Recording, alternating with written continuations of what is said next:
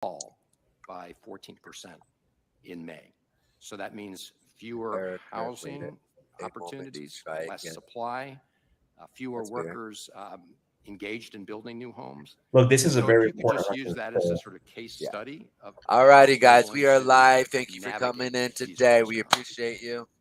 Come on in and check us out. We're watching the Fed Chair Jerome Powell testify before the Senate committee on the monetary policies, crypto markets, gold, everything. Real estate, interest rates. Yep. Because monetary policy affects everything. Selling a home is increasing. Housing sales are moving down. Housing starts are moving down, and overall, it's a slowing in the housing market. And I think what you will see, or many forecasts call for the increase in housing prices to slow pretty significantly now. You've seen very, very large, as you know, increases in housing prices over really since the beginning of the pandemic, and to the point where, all over the country you have housing, people, 5 bids above the ask the second the house comes on the market. Well, that's cooling off now to a more sustainable pace. So what we hope is we can get demand to that part of the economy to slow to a more sustainable pace, and get the housing market back on a more sustainable path where there's a better balance between supply and demand. I appreciate that. I'm just going to use my remaining time to sort of push you a little further on this issue, not specifically with housing, but given the fact that so many of the factors that are driving price increases are beyond our control, and you talked about core inflation, what is your confidence level that we will have what is generally referred to as a soft landing, where we won't overcorrect in raising our interest rates to the point that it begins to really hurt our economy, workers, and wages? What is your level of confidence that you can navigate a soft landing for the economy? I mean, it is our goal. It is going to be very challenging. It has been made significantly more challenging by the events of the last few months, thinking there of the war and commodities prices and further problems with supply chains. And the question of whether we're able to accomplish that is going to depend to some extent on factors that we don't control. Well, Mr. Chairman, if I could, but this is the point I think many of us are making. The factors that are out of your control are not going to be susceptible to those costs being brought down: oil, gas, I heard you early, food, by the measures you're taking. And the risk is that the measures you're taking will slow down other parts of the economy without getting us the benefit of lower prices. So I think that is a big theme today. And Who is that guy? Like that guy. Continuing our conversation about how you're going to thread that needle. Mr. Van. Can I say that the other risk, though, Yeah. is that we would not. I couldn't even see it. To restore price stability, and that See, that guy makes sense. I'm glad we have him there. Get entrenched in our economy. How are you going to drop the prices?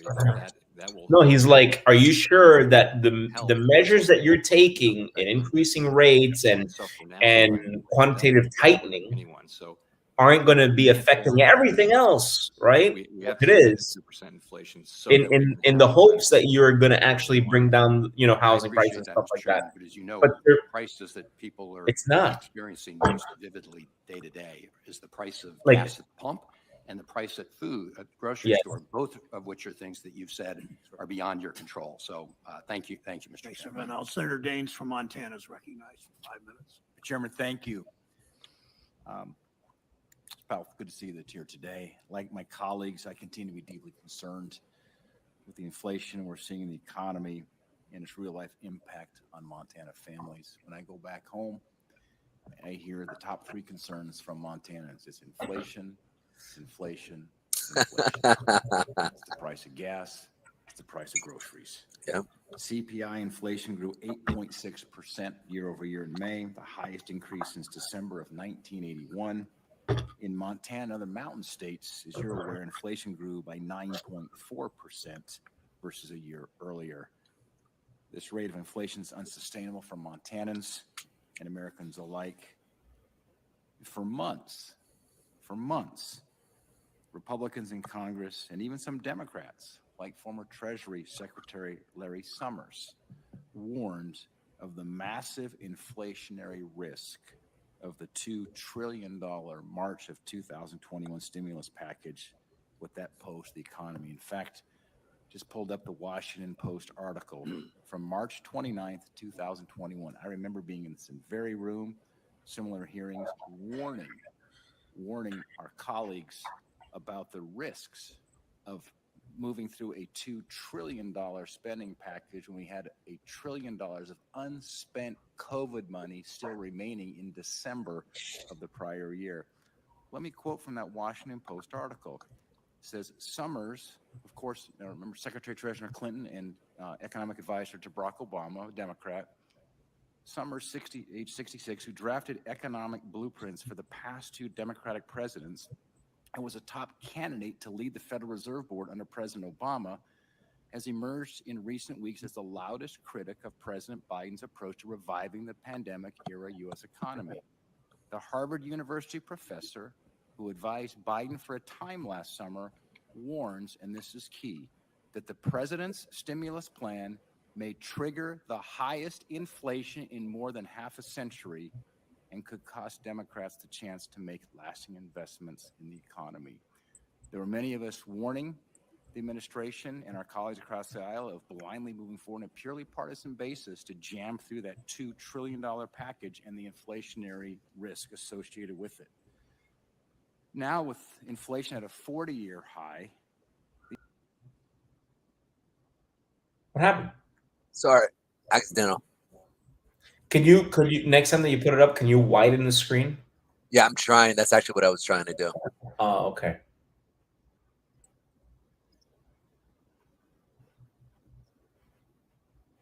Necessary to contain inflation. Would you agree with that assessment? It's that simple. I guess I would Okay. say that I don't want to comment Excellent. on other Still working out the generally, kinks. but my assessment is that it's going to depend to a significant extent on factors like how long does the war run, and how long does it take supply chains to improve, and that kind of thing. There's a lot of uncertainty around that. I would have a lot of humility about trying to, predict with any clarity exactly where the economy is going to be in, the next 3 years, for example. But my hope, though, is that there's certainly paths to get inflation down to 2% with outcomes that are substantially less, troubling than what you just read. You've characterized a soft landing as getting back to 2% inflation while keeping the labor market strong. What's your confidence that the Fed can achieve this goal causing a recession? So I think that is our goal. That's our intention. I think it's going to be very challenging. We've never said it was going to be easy or straightforward. It's going to be challenging, and the events of the last few months have certainly made it more challenging. And nonetheless, there are pathways through which that could happen. And in particular, what we saw in the early part of 2021 when inflation went up was very strong demand surged against what were unanticipated supply side constraints. And the result was prices went up a lot, much more than could be explained by just the increase in demand. And so in principle, if demand can move back down, then inflation could move back along that path just as quickly as it went up. In principle, no one's guaranteeing that, but the idea is this is not the same. There are relationships in the economy for how quickly inflation would move compared to demand moving. This could be an unusual situation because we have had what is in effect a vertical supply curve where there isn't any more supply, or a very steep supply curve. So you get really sharp increases in prices. You could get sharp declines for the same reason. So that could be a difference. And I think we'll find out ideally. But ultimately, we need to see progress on the supply side, and we're not waiting for it. Our job and our tools work on demand, and that's what we're working on now, is getting demand down to a more sustainable level so that supply can catch up and is in better balance with demand. Chairman Powell, thank you. Thank you, Senator Daines. Senator Ossoff, on behalf of the chair. Thank you, Senator Tillis. Mr. Chairman, welcome back. Let me state at the outset, you have an extraordinarily challenging job in extraordinarily complex times, and much of what you are responding to and adapting to is beyond your control. Your success is the country's success to a significant extent. It's the world's success, and I fervently hope for your success and appreciate your continued efforts. I'd like to ask you to specify, if you can, what transmission mechanisms you believe are most sensitive right now to the change in monetary policy, what forms of consumption you expect to be most sensitive to it, and the extent to which you anticipate that some of the effects that you hope to have on aggregate demand through the increase in rates are transmitted via financial markets, and if so, how?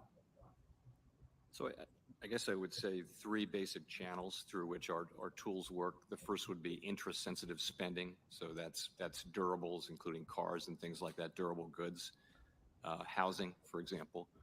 So when rates go up, spending on those purchases, which tend to be financed with debt, will be restrained. That's one major channel. The second is just asset prices generally across the economy. When interest rates go up, it raises the cost of holding assets. It can cause assets, again, broadly across the economy to either moderate their growth or decline somewhat in value. And that has an effect on a broad effect across the economy on spending on everything. The third channel is really the exchange rate, which you can think of as another asset price, but that also has the effect of pressing down on inflation. So we look at all of those. Starting with the first one, you can see we just talked about the housing market. The housing market is the classic part of the economy that's very sensitive to interest rates, and you're going to see a moderation in housing demand. You're going to see declining or slower increases, at least, in housing prices. So those are the three main channels I would point to. Let me ask about in terms of asset prices and how financial markets are responding to the Fed's stance. I've consistently asked you and Secretary Yellen when you appear before the committee to talk about systemic risks, risk to financial stability, risk of financial contagion. Where you're moving swiftly and markets are volatile, there are perhaps institutional trades that could rapidly unwind or exotic financial instruments that no longer function well. What do you anticipate to be the parts of capital markets now, or the phenomena in capital markets that present the greatest risk to financial stability as the Fed takes the aggressive action that you're taking?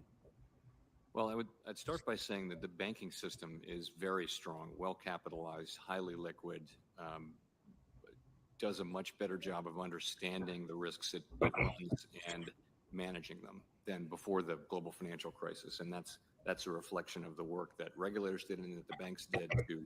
So that part of the financial system is critically very strong, and we saw that through the pandemic, and we see it now. To your point, though, capital markets did show real periods of illiquidity during the immediate aftermath of the pandemic, and so we've been looking at ways. I say broadly, the regulatory community has been looking at ways to address that. So you remain concerned about money markets? Well, that's a different. So money markets that's a part of the economy which where it has become illiquid because the assets that they were invested in were not able to be turned into cash quickly to fund depositors wanting to take their money back. So we stepped in and had to provide that liquidity for the second time. There are reforms going on there at the SEC which should address that, and they're in the process of being considered and then implemented. So that should help on that front. I was thinking more of the Treasury market, for example, which it became illiquid when at the very beginning when people wanted nothing but cash, nothing but the cash and most cash-like things.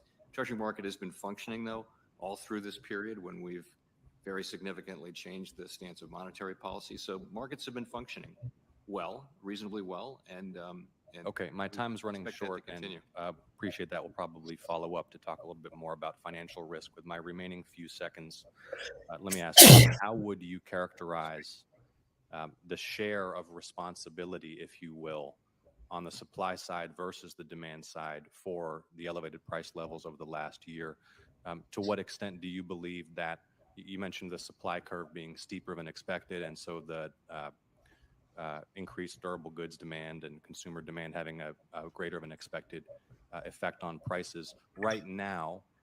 Is the principal driver of the increase in the price level elevated consumer demand, elevated demand, or is it supply constraints? I know we're facing both, but I'm asking you to allocate as you can some share to each phenomenon. Yeah, I just would say it's clearly both factors are principally at work here. You couldn't get this kind of high inflation without strong demand, and you certainly couldn't get it without the kind of supply issues that we've had, both in the labor market reflected in high wages, and then in the goods market reflected in what's happened with durable goods and cars in particular. You look there, it's been driven by semiconductor shortage. Thank you, Chair Powell. Thank you, Mr. Chairman. On behalf of the chair, Senator Moran. Mr. Chairman, thank you. Chairman Powell, thank you for your presence here today. Let me start just by making certain that I tell you something that I think I need to say on behalf of Kansans. I've never seen the level of anxiety, uncertainty, concern for the future as I see today when I have conversations with folks in my neighborhood and across Kansas. There's a sense that something's not right. Inflation is a significant component of that feeling, and the inability to know what's around the corner is terribly damaging to folks, both financially but also mentally or psychologically. There's a real circumstance out there that I want you as the chairman and your colleagues to know exists. It is, I think, uncertainty and what the future holds is one of the most damaging things when people try to figure out their lives and how comfortable they are. I also want to highlight a particular Kansas, but middle America across the country issue of agriculture. I was on a farm on Saturday, participating in, observing harvest of wheat. We live in a world in which people are starving and more are going to starve if we are unable to, if we fail to get more grain into markets from Ukraine and from Russia, but from the United States as well. Agriculture, farming is a noble calling, and it has a lot to do with being able to feed people who are now desperate. Part of the concern in regard to agriculture is that interest rates have a significant consequence to the profitability, to the survivability of producers, and profit margins get squeezed if interest rates continue to climb. We face declining or lower land values. That creates greater access to credit challenges. Tell me how you see, one, how I can assure my Kansans that and Americans that things are going to be better, and two, how can I assure farmers and ranchers that their future will be brighter based upon the activities of the Federal Reserve? So I take the sort of very low confidence readings that we're reading about and your comments about Kansas citizens as being pretty directly related to high inflation. And I think people haven't seen it. You know, most people, you and I, are old enough to remember what it was like, and it's it's something that it just really does destroy public confidence in the economy and that kind of thing. So we need to get inflation back down to 2%, and all I can say is we're using our tools to do that, and the public should believe that we will get inflation back down to 2% over time. Again, there are factors that we don't control, but those factors do tend to wash out over time. Things like commodity prices don't tend to just keep going up. They may remain high, but they're quite volatile over time. That's what the record shows. So we're doing what we can to get inflation down, the parts that we can address. So for whatever that's worth, that's what we can do and what we will do. In terms of the agricultural patch, as you know, we have, including your Kansas City Fed president, we have some terrific people who are Reserve Bank presidents who give us a good sense of what's going on in the agricultural sector. on an ongoing basis. And it's obviously a very, very difficult time with fertilizer prices and difficulty in getting all kinds of inputs. And it's just a very challenging time in the agricultural world. We do understand that. Our part of it is to do what we can to get inflation back under control. I know higher interest rates are painful, but that's the tool we have to moderate demand and get demand and supply back into balance so that inflation can come down. Mr. Chairman, in a conversation you and I had on the phone, you indicated that as you did today, there are certain aspects of inflation that you have little control over. One of them, I think you mentioned, was energy. Let me be reassured, if you would, that there will not be actions by the Federal Reserve to make lending to fossil fuel producers a component of the policies of the Federal Reserve. When you say you have little to do with it, you could cause great damage if you decide to go down a path that was at least contemplated by a number of nominees for the Federal Reserve Board. And I would love to be reassured that's not a component that you would pursue, and that we would not see resulting increasing cost of fuel as a result of federal policy, Federal Reserve policy.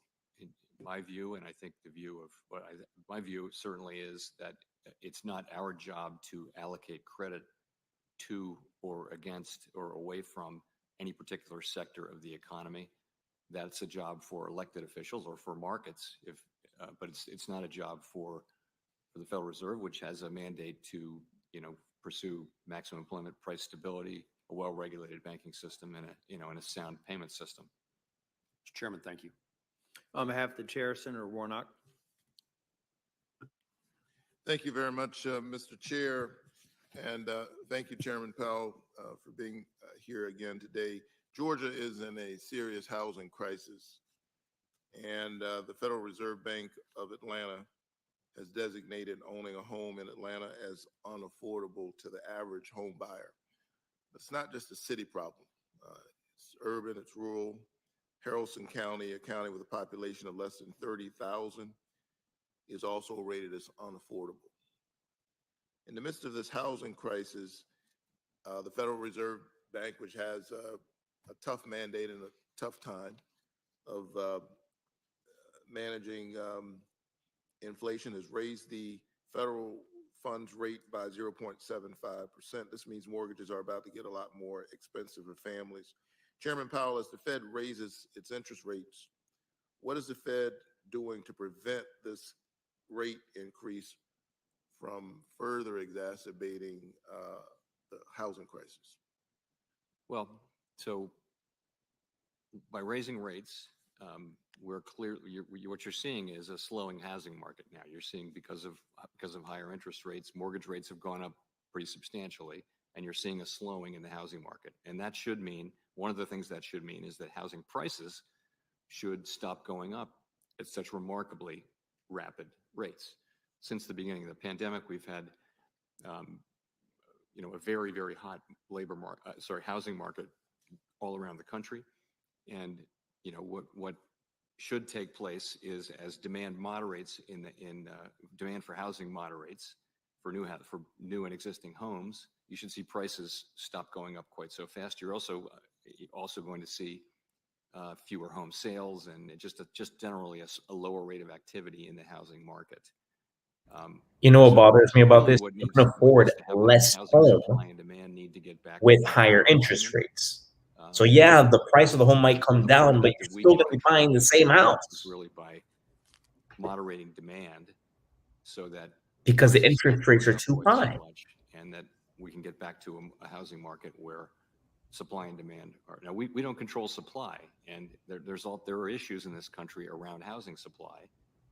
It's harder to get land and lots and things like that. It's harder to get people to work. So there are supply side constraints. If you meet with builders from around the country, they will tell you that we have a longer term issue as a country around creating enough housing supply. That is not something that the Federal Reserve can do anything about, but it is an important issue. Right. Notwithstanding that, mortgages are clearly, at least in the short term, are about to get more expensive. And it seems to me that what would be helpful is if the Congress would pass my Down Payment Toward Equity Act. to help first-generation home buyers afford their first home. What effects do you expect the Fed's interest rate increases will have on the, well, let me put it this another way. The Federal Reserve helps enforce the Fair Housing Act and the Equal Credit Opportunity Act. What plans do you have to ensure that as interest rates increase, everyone still has access to a fair, reasonable price mortgage? So the higher interest rates don't change our very important obligations under the fair credit laws that we enforce. And so we'll continue to enforce those, transparently and aggressively. It is true, though, that mortgage rates have gone up, and that will slow down demand. And that They've only doubled. There's some pain involved in that. More than double. Paying higher mortgage rates. Only So double. Some people Not will that be priced bad. out of the mortgage market. Only. That is ultimately what needs to happen if we are to get back to price stability, to a place where people's wages aren't being eaten up by inflation. Right. So the greatest pain would be if we allow this high inflation to just continue. I guess will be right. Yeah. Right, and I guess my point is that in the meantime, the folks who are on the margins of the marketplace in the first place, the issue is how do we protect them as much as possible. Related to that, when Secretary Yellen was here, she stated that the Federal Reserve needed to not only be skillful, but she said, quote, lucky to ensure, quote, a soft landing. I don't like counting on luck when the economic safety of Georgians, particularly those at the margins, is at risk, which is why I'm doing what I can here in the Senate. I've introduced a couple of bills to lower the price of gas, to lower the cost of groceries and other everyday goods, cap the cost of insulin and other medication. And I've held the White House accountable to pursue investigation of price gouging of ocean carriers. And I've supported bipartisan legislation addressing the same issue that just became law. How can Congress lower costs for Georgia families? And what steps can Congress take to support the Fed and ensure a soft landing? So I guess I'd be reluctant to give you advice while we're trying so hard to do the job that you've actually assigned us, which is to get inflation back down. But did he just jab at him? I think those are. Is that a those are small authorities that jab? Those of you who run for elected office have, and we don't have as mere appointees. So it's really up to you. Wow. But you would agree that the folks at the margins of the economy are feeling the most pressure and pain, and that has to be addressed. I think that's always the case, and in the case of inflation, it's really that if you're spending every dollar that you're intaking on the bare essentials of life, and the cost of them goes up 10%, you're in trouble right away. Right. Whereas middle class people and people better off than that, they've got some resources, some ability to deal with it. So that's why it's such a priority for us to get on top of inflation before it does become entrenched. Inflation's only now been around for, it really didn't start until March of last year. So it's not at all too late for us to get this job done and get back onto the kind of path we all want to be on. Thank you so much. I'm concerned about this, and it's why in the meantime I've introduced several bills to lower the costs for essential items like gas and groceries and medication. Thank you for your testimony. Thank you, Senator. That was a On bit of a behalf of the plug for chair, himself as Senator well. Sinema, I think will join virtually. Shilling just a little. But I mean, Thank you, Mr. he had some Chairman. good points to add there. Yeah. For joining Yeah, he us did. today, and congratulations on your recent reconfirmation. The inflation numbers continue to be concerning, and this is the number one issue I've been hearing about from Arizonans. Families and small businesses are paying higher prices, and they need relief from soaring inflation so they can make ends meet. But we also know that this is not only a U.S. problem. Countries around the world, both big and small, are also seeing high inflation. So how is the U.S. position relative to other countries with respect to inflation? I'd say our level of inflation is broadly comparable to that of other major economies. You saw Canada released their inflation number today. It's not far from where ours are. Same with the Western European democracies and the United Kingdom. But there are different compositions. So I would say to generalize, in the United States, our inflation has more of a demand-driven component, whereas in Europe it is more to a greater extent driven by very high energy prices, for example. Although in the United Kingdom kind of has a mix of both of those. We also have high energy prices here. So the levels are similar, but the composition is a little bit different here in the United States. Well, thank you. You know, crypto markets have experienced substantial volatility in the past several weeks. Has the Fed been tracking these events, and what implications do they have for how the Fed is viewing the broader economic outlook and making decisions with respect to monetary policy? We are tracking those events very carefully, of course, and not really seeing significant macroeconomic implications so far. And but I think the principal implication is really what we've been saying, and others have been saying for some time, which is that in this very innovative new space, really there's a need for a better regulatory framework that treats, the same activity should have the same regulation no matter where it appears, and that isn't the case right now because a lot of the digital finance products are in some ways quite similar to products that had existed in the banking system or the capital markets, but they're not regulated the same way. So we need to do that, and I think that is the main takeaway I would have. Mm. What is an appropriate proportion of current U.S. inflation to assign to Russia's illegal invasion of Ukraine, and how are you thinking about these events in the context of setting monetary policy? Well, I would say that the increase in commodity prices are clearly connected to the war in Ukraine, and so that part of inflation would be certainly much lower than it is without the war in Ukraine. And there's nothing that our tools work on demand, and there's a job for our tools to do here. There is a job to moderate demand so that it can be in better balance with supply, but it wouldn't. We don't think that we have the answer to higher oil prices, due to the global oil situation. Mm. I know the Fed tracks the core personal consumption expenditures index closely when thinking about monetary policy. Many trends in our economy, including a big shift towards technology and e-commerce, accelerated during the first year of the pandemic, and it's possible that the indicators and weights used to measure inflation may need to be revised to accurately measure inflation as Americans are experiencing it. So we all know inflation is high, but how high it is matters to ensure that we have an appropriate response. Congress and the Fed should make decisions based off the best information that most accurately reflects the challenges that families and businesses are facing. Have you given thought to this issue?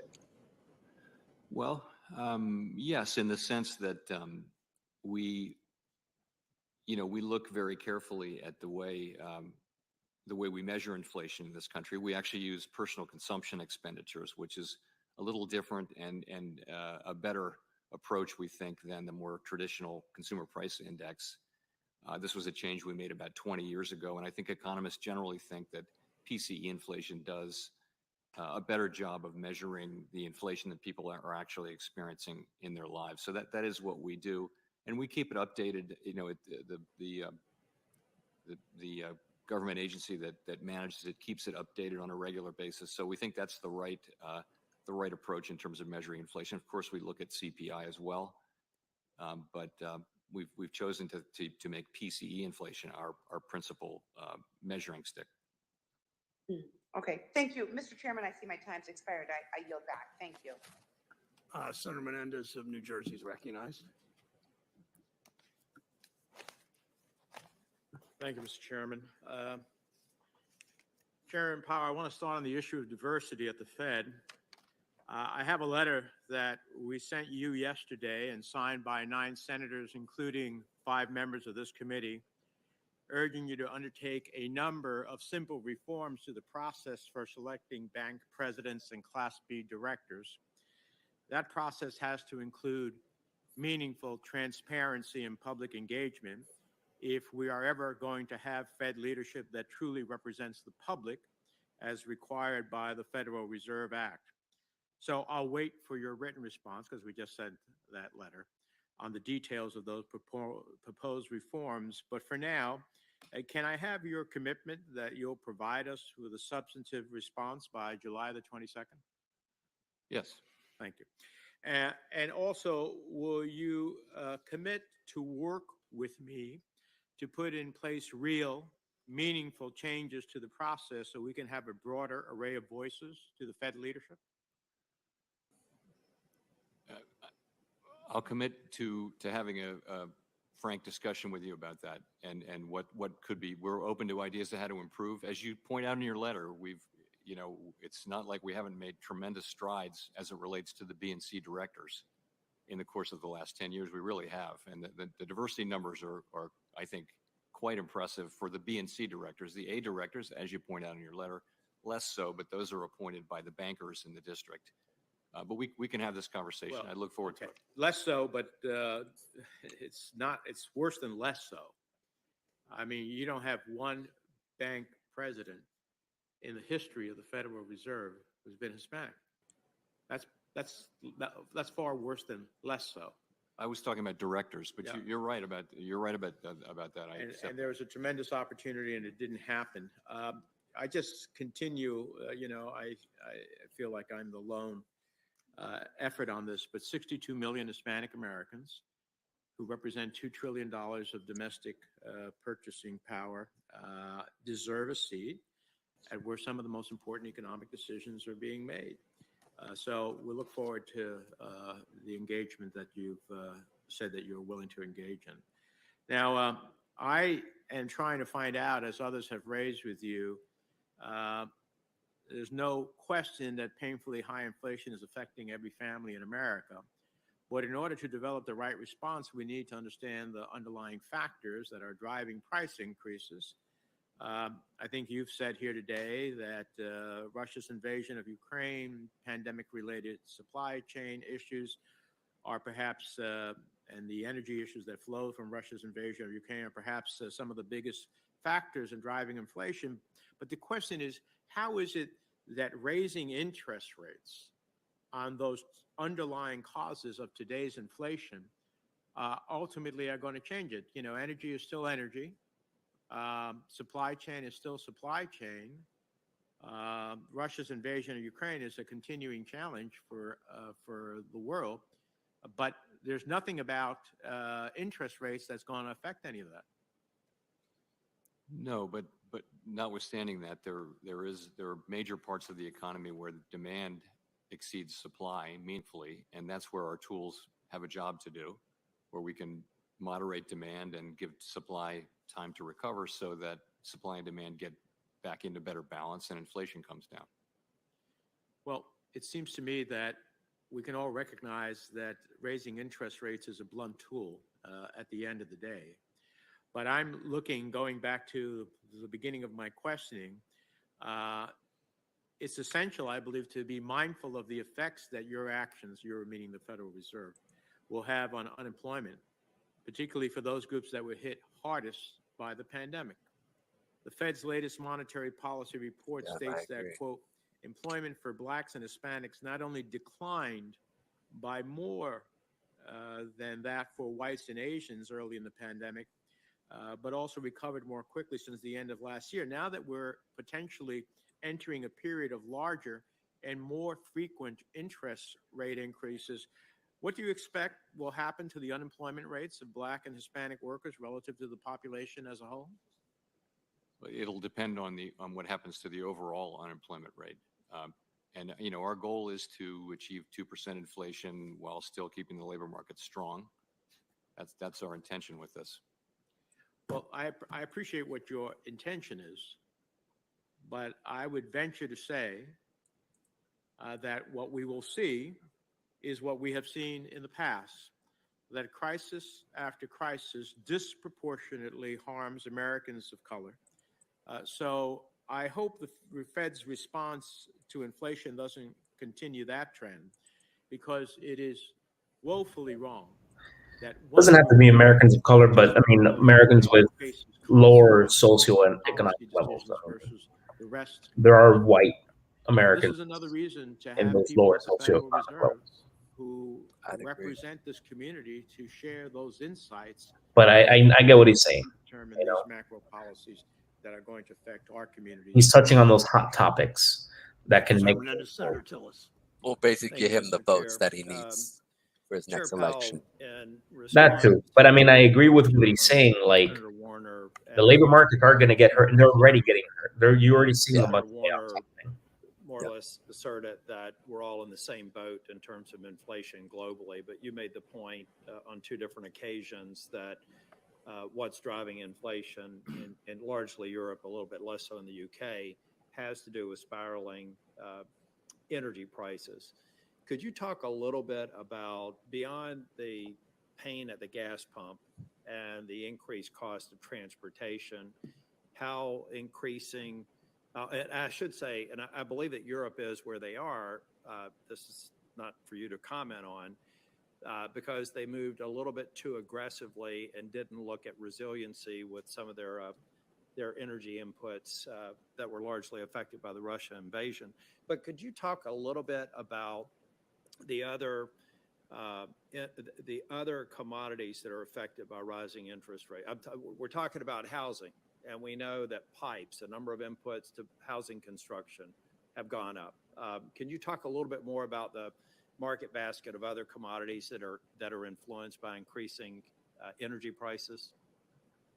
I think energy prices go into an awful lot of different places in the economy, including, as an input into manufactured goods of all kinds, and plastics particularly, and things like that. So it's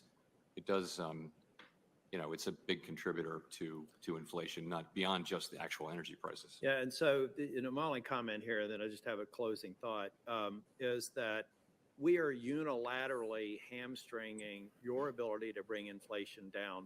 You don't have to respond to this. It's a policy position. By artificially increasing the cost of energy in this country. If we simply would recognize that there is a way to get to a transition to green renewable energy and make the glide path sustainable, we could easily separate ourselves from the rest of other Western democracies with respect to that tool, which is not in your toolbox. And hopefully we can get to that discussion and embrace the idea that the transition is inevitable. It's a matter of timing and resiliency in the meantime. Just one other question. I know the post FOMC press conference, you ruled out a 100 basis point increase. Is that a long-term view or a view based on the circumstances as you see them today? In other words, would that be something potentially on the table if the measures that you are taking right now do not work out? I think I would never take something off the table for any and all purposes. The committee that I chair will make whatever moves it believes are appropriate to restore price stability. Well, I for one, am glad you're at the helm. I have a lot of confidence in you, which is why I voted for your confirmation. But we will be submitting some questions to the record back on the points that I made in the opening statement about transparency. There is some frustration, and I have to say it's bipartisan in terms of questions that we're asking and not getting answers to. The master account is one of them, but there are other items that we'll just include for the record. Thank you, Chair Powell. Thank you for serving. Thank you, Senator Tillis. Thank you for your cooperation in this hearing today, and a busy day for a lot of people. And Senator and Chair Powell, thank you. I have a series of questions. I have not asked my questions. I was saving them for last. But then after my questions, we'll adjourn. You said that Russia's aggression to Ukraine, port congestion, and COVID lockdowns in China especially have contributed to higher prices. Consumer spending continues to be strong. Most Americans probably worry about inflation. Talk for a moment, if you would, about the strengths of the American economy now and whether or not you see positive signs of prices stabilizing. Well, consumers are overall, not every consumer, but overall the consumer sector is in very strong shape financially. There's, as you know, a very substantial accumulated quantity of savings on balance sheets. Less so at the very bottom of the income spectrum, but right across the rest of the spectrum. And so that's there to support spending even in the face of higher inflation. And you're seeing consumer spending hold up pretty well.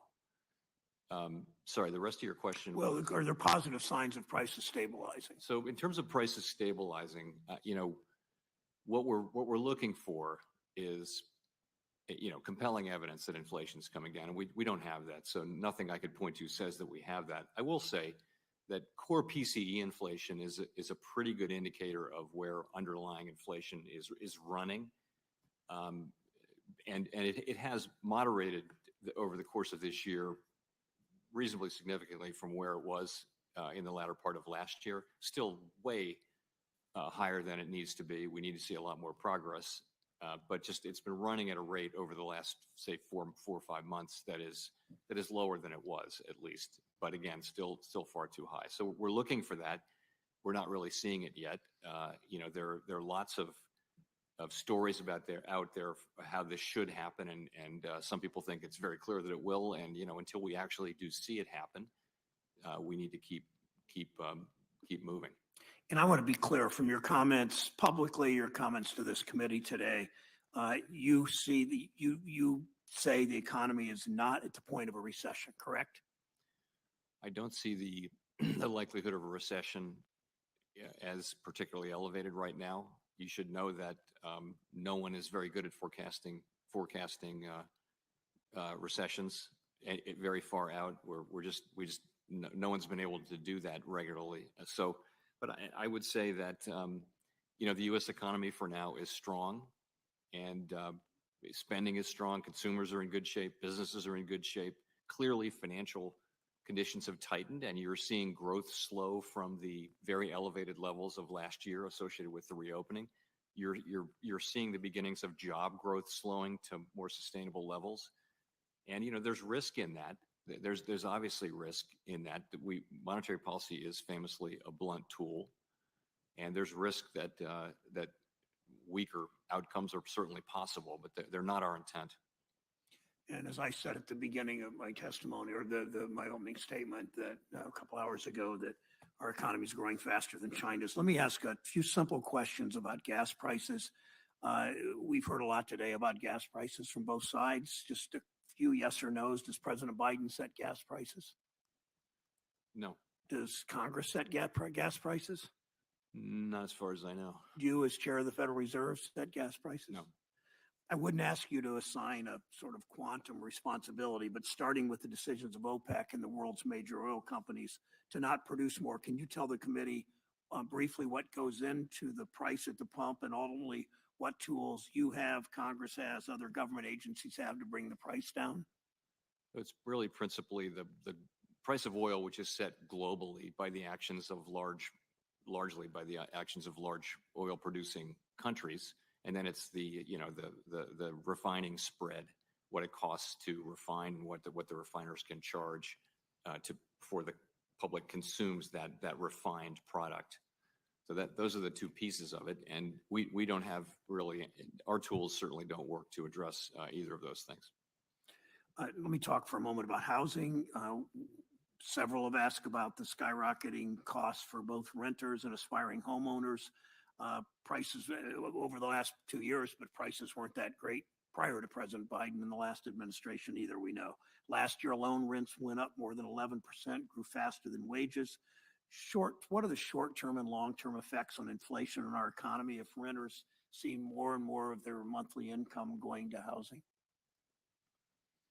That will crowd out other kinds of spending, and that's the very fast increases in housing prices over the last couple of years have been very broad across the country and unsustainably high. And that, of course, speaks to the importance of building more housing. Last question I want to ask before adjournment. We've seen cryptocurrency values collapse by some $2 trillion, and markets crash over the past few weeks. Consumers losing money, workers losing jobs. The Monetary Policy Report highlighted the risks of stable coins, digital assets that aim to maintain a stable value in order to trade cryptocurrencies. Talk for a moment, if you would, about the financial stability and monetary policy risks that these assets pose, and how are stable coins different? In your answer, include how stable coins are different from the U.S. dollar, which has the full faith and credit of the United States behind it. A stable coin is an instrument really that is backed up in it. There's a reserve that has securities in it that are meant to assure the value of that, of let's say it's $1 stable coin. So it's meant to assure that your interest is actually worth $1. So that sounds a lot like a money market fund, for example. And the way money market funds work is there's great transparency about what's in the reserve and their requirements about what must be in the reserve in order to preserve that $1 value. The world of stable coins is new and emerging, and it doesn't have the sort of fit for purpose regulatory scheme that it needs to. And I think that's something you've been hearing a lot across the board from a number of federal agencies and from our own Treasury Department, which has been leading an effort to try to put in place. And many members of Congress now have proposed new frameworks for regulating stablecoins and digital assets generally, and that seems like a wise thing. You don't, clearly SEC, clearly CFPB, other agencies, the Fed's role in regulation of cryptocurrency, in your mind, is what? Well, that's one of the issues, is who really does have authority over this, and that's something Congress would need to clarify. We have authority over what banks can and can't do. Some banks and bank holding companies. The SEC has jurisdiction over securities. The CFTC has relevant jurisdiction. So part of this will be sorting out, deciding what these things are and how they should be regulated. There are stable coins that are really used in connection with the crypto trading platforms. That's most of what happens now with stable coins, but there are also some stable coins and even more potentially that will be used in payments broadly. So that would be two different kinds of regulation there. It's just an area where Congress and Congress is investing bandwidth and looking at proposals and something like, and that's, I think, a healthy process that should lead over time to something that has bipartisan support and puts in place appropriate regulation for the whole area. Let me drill down for them. My last question. What if Congress doesn't act on, I understand that the Commodities Future Trading Commission understand what you said about SEC. Is the Fed directly involved in any of these regulatory actions regarding cryptocurrency absent Congress action? We regulate banks, regulate and supervise banks. And so we have a say in what our banks, the Federal Reserve regulated banks and bank holding companies do with crypto assets on their balance sheets, what activities are permitted and that kind of thing. Of course, the OCC is at that table, and so is the FDIC. Does that suggest that a number of American banks are cautious because of your oversight of them on crypto? That's a really interesting question. Are now very much exploring, are there profitable opportunities to serve our customers in this new space?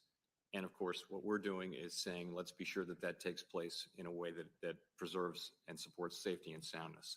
And we've had a ongoing set of meetings and collaborations with the FDIC and the OCC.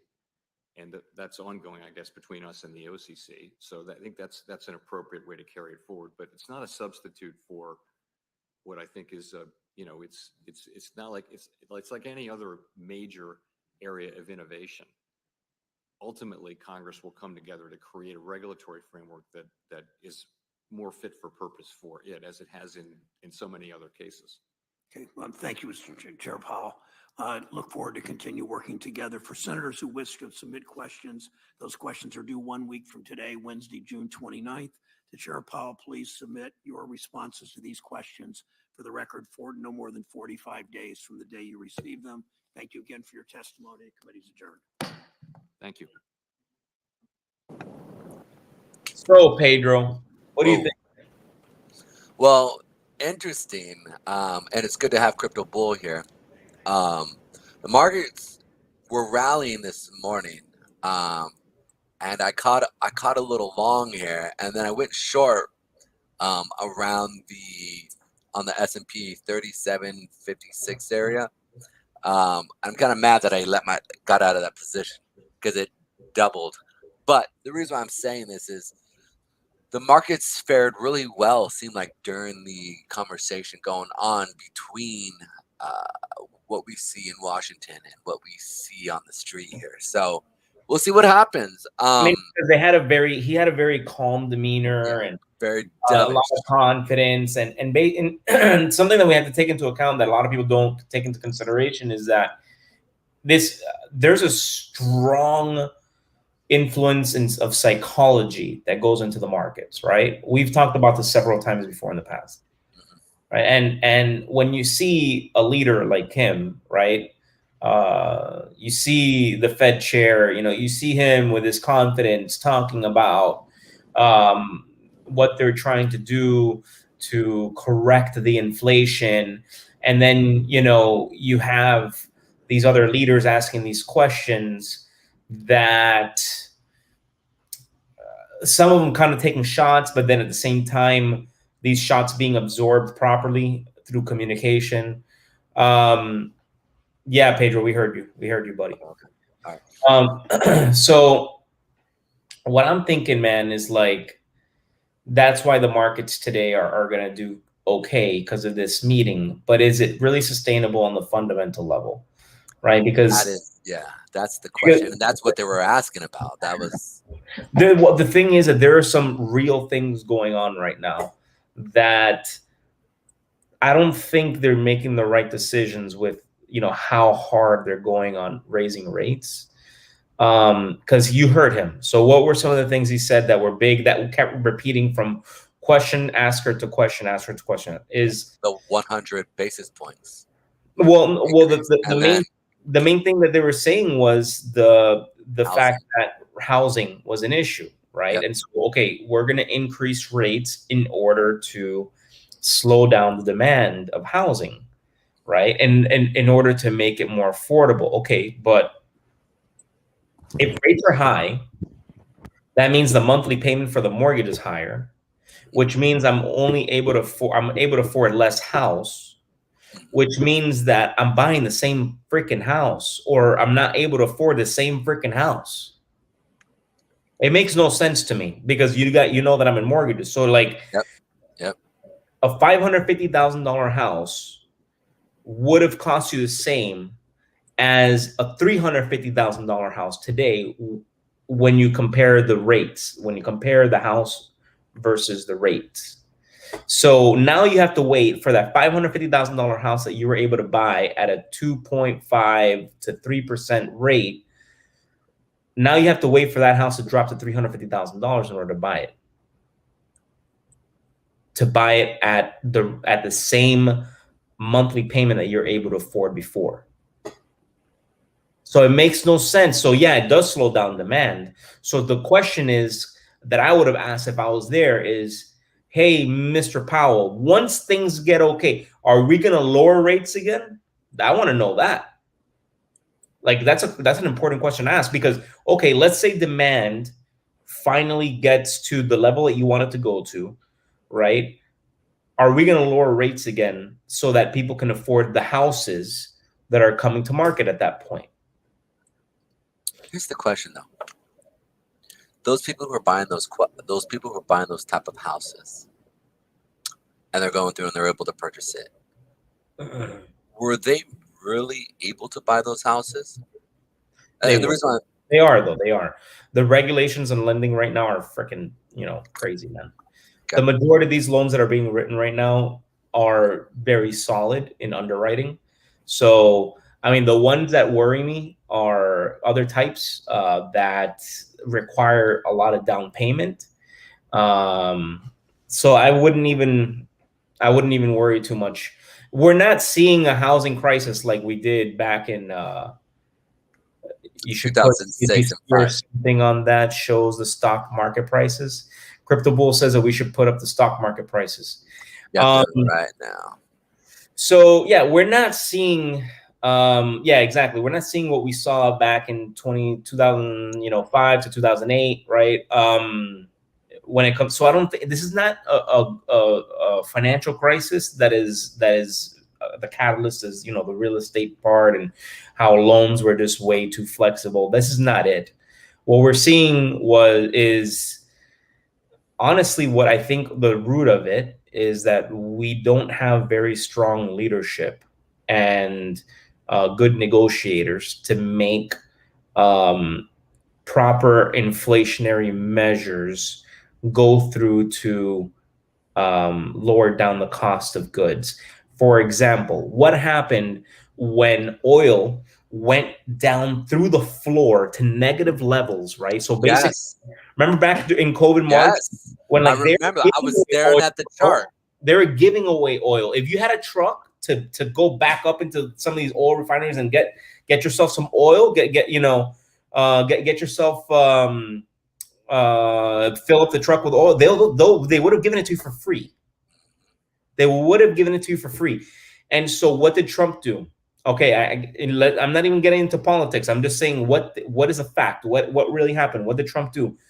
He got in a negotiation with OPEC, and he got in a negotiation with all the oil producers and said, hey guys, obviously this is going to tank our markets, GDP. It's going to tank everything if oil continues to be in the negatives. So let's work on a solution where we drop the supply of oil, all right? So the drilling and everything, all of us together, let's all communicate and let's all come into an agreement that we're not going to produce as much oil, right? To stabilize the markets. Now, he didn't do it to the point where oil goes to $3. No, oil sat between $1.50 to $2.50 around the country for 2 years. Now,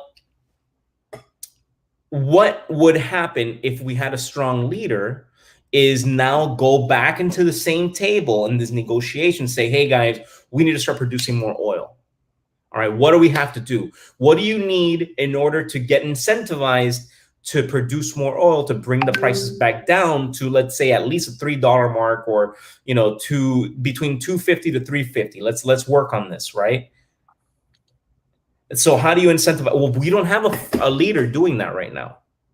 We don't have a negotiator right now that's proactively going out there trying to solve this, because we have leaders, unfortunately, believing everything that they hear from staff that honestly just doesn't seem to understand or grasp the reality of what's really happening.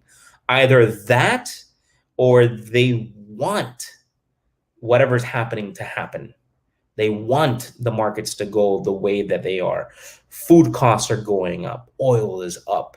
The cost of houses, they're really not dropping at the rates that they wish to be, that these guys want them to be dropped. Because here's the thing. Manufacturers of home, they even said it in this committee meeting, manufacturing of homes has dropped, right? So here's the thing.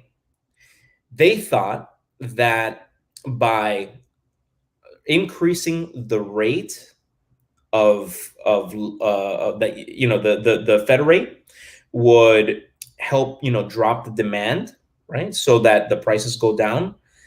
But here's the thing.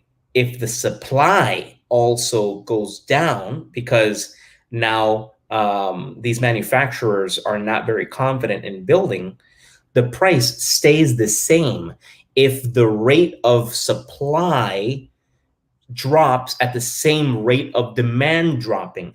So regardless, and this is why they kept repeating these things, but I don't feel like these senators or whoever these people were, because I don't even know who they are, whoever was in the committee asking these questions, I don't think they were asking the right questions, except for maybe a couple of them. But these, I mean, this is what concerns me, man, right? And then there's some other things that concern me, and things that are being brought up by Michael Burry. Was that his name? Michael Burr. I think it's Michael Burr. Burry. Yeah, the guy on The Big Short. The Big Short. He's the guy that introduced credit default swaps. So he introduced credit default swaps over to the markets, and this was in 2005. So he was saying in 2005, hey, I'm going to bet against, you know, the real estate market and you know, these loans. He called them, you know, subprime loans. Everybody thought he was insane. Right? Come 2008, he's the one selling it to everyone because he created that stuff, right? He created this tool. And he made his firm, you know, $1 billion and himself $100 million. I mean, awesome story. But the point is here that this guy is looking at the current market situation. He's like, hey, the level of U.S. savings, of U.S. personal savings accounts is dropping at a rapid rate. And we're about to hit to the all-time lows in U.S. personal savings accounts, which means that a lot of people out there that have savings account are now going to a savings account to try to sustain themselves during this time. If this continues happening, it's about to hit the levels that we were at back in after 2008, when we were in a recession and all that, which then pushes another thing for people to use more credit, which they're doing now. And if people are not able to pay off those credit cards in time, then what else happens? Credit defaults. Which then what happens? If people have more credit defaults, they're able to afford less with their credit, which means they're probably not going to be able to buy a house for the next couple of years until they fix their credit. So, I mean, there's a lot of things going on that these guys are not really taking into consideration. I'm really worried about it because they didn't ask. I didn't think they asked questions that made them, as you said, Pedro, look good in front of their constituents. Because they're like, they asked getting reelected. They asked the Fed chair about they asked the Fed chair about gas prices. What the fuck are you doing asking about gas prices, man? What does he do with that? He has nothing to do with that. What is he doing? I'm like, dude, like, where do I apply for this job, man? So I can go and do something, because, like, I mean, these people, like, they need to get fired, man. What the hell are they doing there?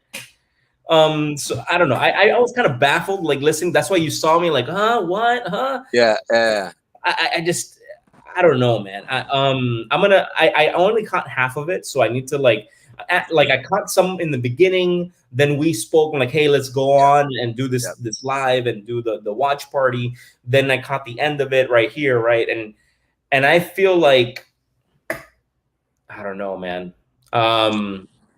You know, Ralph, I think your analysis is pretty spot on, because I think even within the Fed, or if it was Janet Yellen that said, or one of them said that, you know, they waited too long to combat the inflation. And really, with all of the interactions of our Fed policy, not just in the U.S., but throughout the world, I think it's pretty clear they're, you know, essentially all the accommodative policies that we've had for the last decade or longer are coming to a head right now, and it's not looking good. I mean, is the fact of raising those rates simply going to fix everything? I think that's very idealistic to hope that that's the case.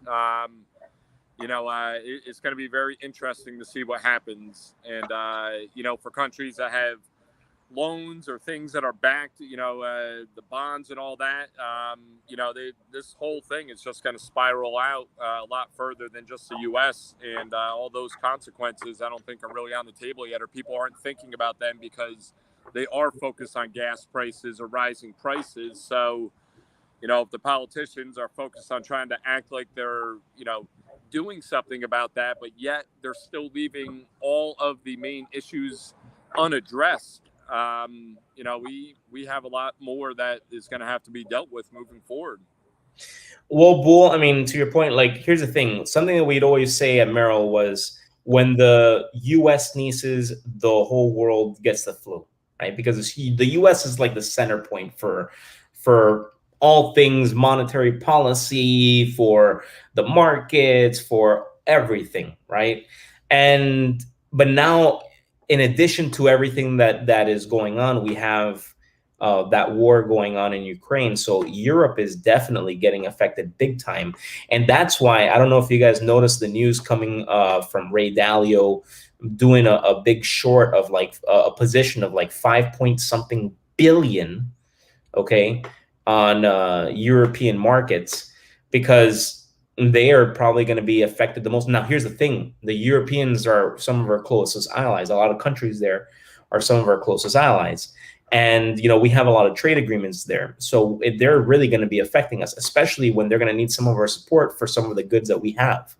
And that's also, so we're going to have to come, watch this, guys. A few months from now, when Europe is going through a lot of their supply issues, and there's really no way for them to get the grains that they need and get, the fuel and everything because of the war going between Russia and Ukraine, they're going to have to get from us, right? So we're going to have to establish some sort of trade agreement. We're going to have to establish some more friendly giving, and that's going to take from us, which means that it's going to bring up the prices even more, right? So this whole, that's why to be honest with you, I don't agree with raising the rates.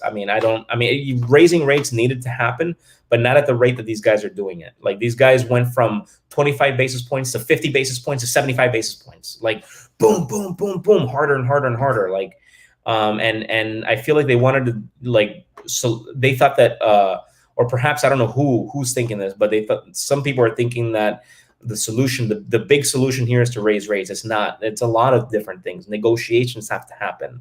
There's this one guy there, I forgot who he was, that was saying, I introduced a bill for this, I introduced a bill for that. But you can introduce as many bills as you want. These things, historically speaking, they don't get passed that quick. It takes a lot of time. It could take a year. It could take more. Sometimes they don't get passed at all because there's a lot of arguing going on. So what they need to do is they need to come up with actual negotiations with companies locally, where there's something at the local level, at the state level, that is more controllable, more and in their world more tangible, that can influence these companies to ramp up the supply, so that even with higher demand, prices can stabilize or go down, and that includes oil, man. So I don't know, dude. We were talking the other day about the charts that you were Pedro, that you were pointing at, and the possible low levels that we can go at. And Michael Burry says that it could go down to 1800, S&P 500, 1800, which is 50% from the current levels right now. Yeah. And you're saying it could go down to 1500 from a technical perspective. Yeah. And the reason why I point that out, not just because, when I look at a market, my primary thing when I'm looking at a chart is really to see where there are buyers truly sitting, right? And from a fundamental sense, Michael, I think he has a much more better grasp on it than I do. But from a technical sense, I truly see all the levels that I look at, they've all been eaten up. They've all all the buyers have been eaten up until we get down to that 1700 mark. And then we start to run into fresh levels at those levels. And then the next one after that is 1300, 1200. There's a beautiful gap there that is sitting there. So it's like, if we were to go down to those levels from a technical standpoint, dude, this show would be, we would be famous by calling that, and then now doing the analysis of it. But what he's saying is did he give his real reasons behind why he feels that we're going to see this thing come down to that 1800 mark?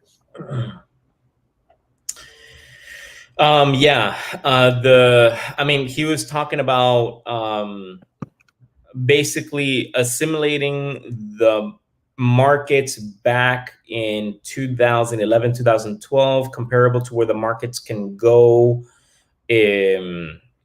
with the current debt levels that we have, which have, greatly surpassed whatever we've done in the past. Like, it's a, new all-time highs of course, consumer debt. The amount of issues with lower savings rates. So basically, compared to 2008, we have more debt. We're going to have less money. We're going to have a lot more defaults.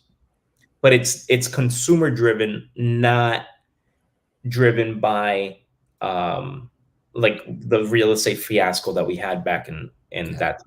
Yeah, people were literally pulling out mortgages so they could spend it. I mean, they would fill up their house with new furniture. This one that we're going through right now is consumer driven, meaning, and you see it right now, it's that the consumer is not able to afford certain things. The consumer, doesn't have the money for, to continue the rapid growth that we had, or to continue any growth that we were having. It's all based on the consumer. So if the consumer is causing this, then that's why they're calling it a consumer-driven recession.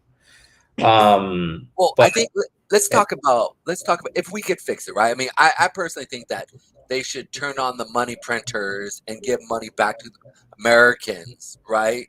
And then stop taxing us so that we could put money back into the economy. Wouldn't that fix it? If we just started printing money, giving it to the American people? I mean, it would only hurt inflation more to do that. But I mean, I'm gonna tell you something that I think is real. I do believe that we will end up having to, at some point, come out with a system. It's going to be an entirely different system than we have right now, but it's going to have to be a system where there is some sort of universal basic income, because it's going to be sustainable at some point with technology getting to the levels that it's going to. Artificial intelligence, machine learning, machines making everything for us at some point, and taking care of us, that like people won't have enough jobs, but that we're not there yet. But we do have to think about that. So, I mean, I'm just talking to your point of like, should we start paying people to live and all that? At some point we will do that in the future. But for right now, I think what needs to be done is to incentivize more businesses to invest in themselves and take money out of, like what they should have done, instead of raising rates the way they're doing and doing all this, is take capital out of the markets by getting businesses to invest more in themselves, in building themselves up, in incentivizing them to even invest in infrastructure. Like there's so much more negotiation that we could have done, but we're acting like this country, and the leaders in this country are acting, I think, too passively. They're not as proactive as they could be, or as industrious as could be.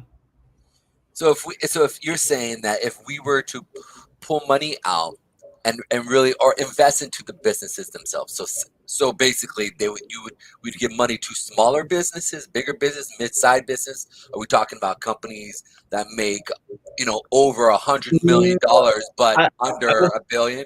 What is? I would say incentivizing them, so it doesn't have to be giving them money. I would say incentivizing them in people are not going to like this, but in tax incentives, to, for example, build, a factory, for example, in the US. So, for example, if we need more oil, for example, let's provide an incentive, a tax incentive for these oil drillers to drill more oil. And even Elon Musk said it. Elon Musk is all about green. He's all about, solutions that don't require oil, but he sees the reality. Guys, our infrastructure right now is not in a place to turn green. Like there's no light switch right now that we can flip and say, okay, guys, from now on, we're all going to be driving battery powered vehicles that are being fed electricity that comes from windmills and solar power and all that. We're not there yet. We're going to build ourselves there. But for now, we need oil. So we need to balance things out and provide these incentives for the oil to be drilled in order for all these other things to happen, so that we can progress and not suffer economically like we are right now. And so even Elon Musk, right, is saying this, and his business counts on the whole green movement. So don't take it from me, right? Go ahead and take it from him. But the point is that I don't know if people don't see how obvious it is, but we need to be doing that. So that's one of the incentives. It's like you can provide a tax incentive, right, from a government level, whether it's a local, state, a federal probably more difficult, but still it could be done.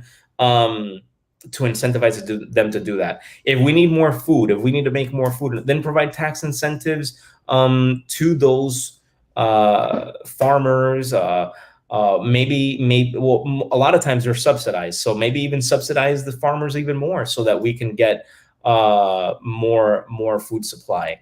You know, I mean, there's got to be anything that we need, whether it's innovations in agriculture, innovations in anything that is necessary right now, could be incentivized through some sort of tax structure, some sort of subsidy. It doesn't have to be that we're going to be just doing a blanket, you know, give all medium-sized businesses money. No, we can focus on the things that are required at this time. So, I mean, my frustration is that that I don't feel the government is taking this shit into account like the way they should, and then everyone's going to suffer from it, especially the people at the lower economic levels, like people making, you know, $50,000 a year, living in a high cost environment, are going to suffer. It's going to hurt. It's going to hurt. A lot of them are going to have to take 2 jobs, 3 jobs, like was happening back in 2011. So then what happens is now families get neglected, you know, because mom and dad are not home as often, right? Because they got to work 2 or 3 jobs. So then they're gonna wonder, why are kids being a certain way, right? Why it like, people don't understand that there is a butterfly effect to every single thing that we do, right? And then you know, people start to wonder, why is society, you know, the next thing, oh, these shootings and all that. No, let's blame guns, right? Let's blame guns for shootings. Well, wait. So why did you just jump from parents who have to work now full time and do all this stuff to now, you know, shooting and crime? Because, you know, the psychological aspect of no parents, no guardian, nobody's watching out for them.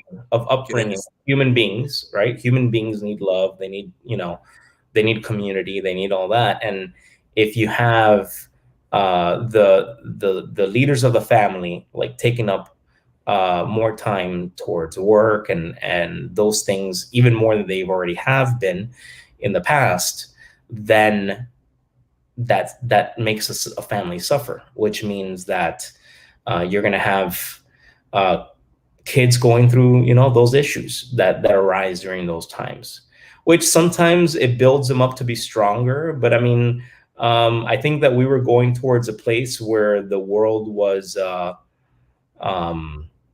we were just advancing, right? We were evolving. But I mean, whatever. I mean, it's nothing's ever going to be perfect, right? I mean, we got to have ups, we got to have downs.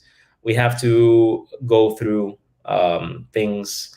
I'm just giving you my thoughts that, like, man, you know, well, you're giving us Freakonomics, economics. You remember that book, Freakonomics? Mm-mm.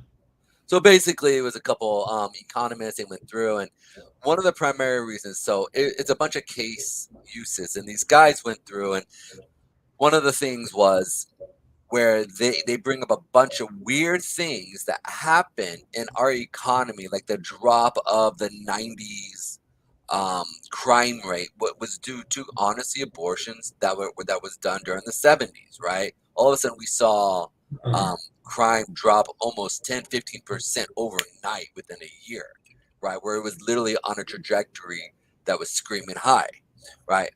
There's a bunch of stuff. So the stuff that you're bringing up are, you know, not irrelated, because the stuff that you're looking at in your thoughts literally produce economic terms. Because what economics is the study of really resources with humans giving and taking, right? That is what economics is.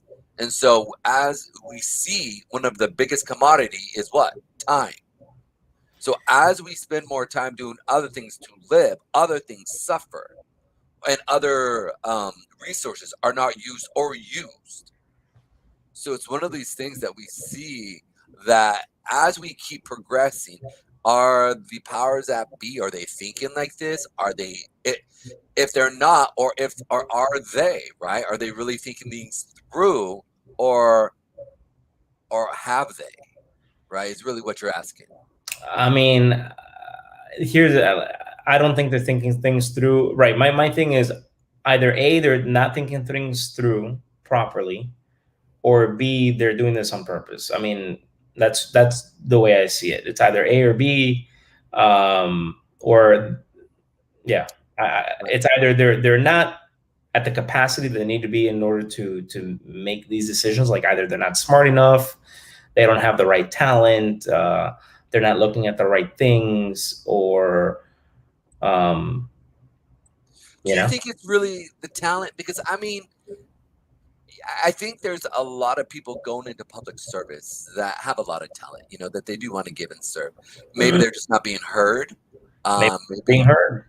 Yeah, maybe they're not being heard because maybe there's a different agenda that they don't even know about. Mm-hmm. I mean, it could be. I mean, everything is about agenda. I mean, you were in the military, right? Remember in the military? I mean, when I was in the military, I remember a lot of times in the military where I was like trying to speak up on something, or you know, and then it would be like, oh, Pena, you know, there's more to it than like, you know, that maybe you don't see or whatever, or some bullshit like that.